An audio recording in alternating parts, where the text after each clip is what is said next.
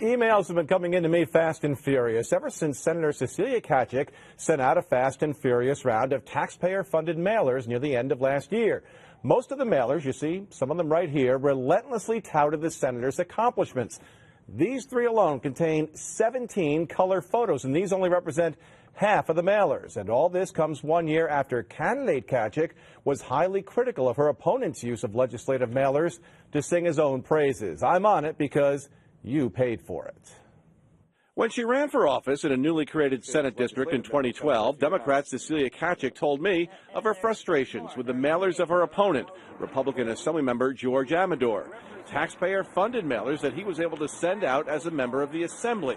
Mailers that looked a lot like campaign flyers because they touted his accomplishments and had plenty of photos, including one of him with the governor. I don't think it's appropriate for taxpayer dollars to be used for mailers that are obviously they're going out because they're campaign mailers, not because they're giving me information I can't live without. Fast forward more than a year, and in rapid succession, Senator Tkaczyk has mailed out 6 flyers on your dime, most of which tout her accomplishments, with headline after headline heralding the senator's efforts. Senator Tkaczyk fighting to bring more jobs, fighting to clean up Albany, and on and on.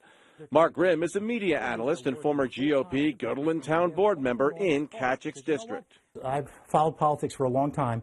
This is the worst abuse of political mail that I've ever seen. 6 mailings in the space of a few weeks with 26 separate photos of the senator.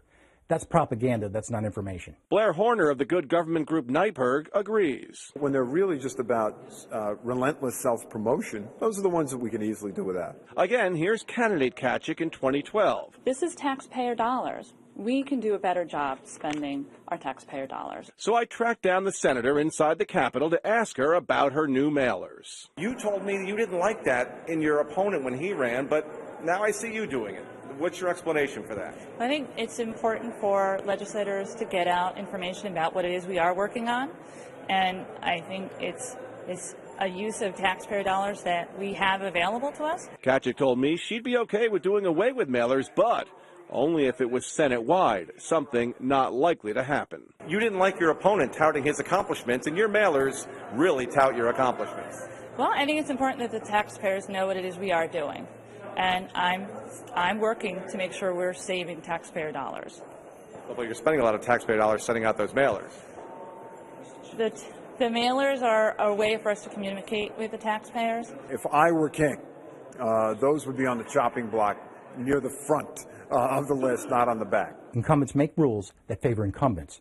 And the mailing privileges are a good example of that. And yeah, there is a role for information, but it's been abused again and again over the years, and this is the worst case scenario. This is almost saying, here, dare me. I dare you to stop me. Now, I can also tell you that Senator Tkaczyk has sent out mailers providing constituents with information on flood relief and the STAR exemption program. It's these mailers that look a lot like campaign material, very well done, that raise so many concerns. Now, I'd like to tell you the cost of producing and mailing these high-quality, multi-color mailers, but the Senate does not release its expenditures for the second half of 2013 until later this year. A Tkaczyk spokesperson does say the senator stayed under her bulk mail allotment as set by the Senate.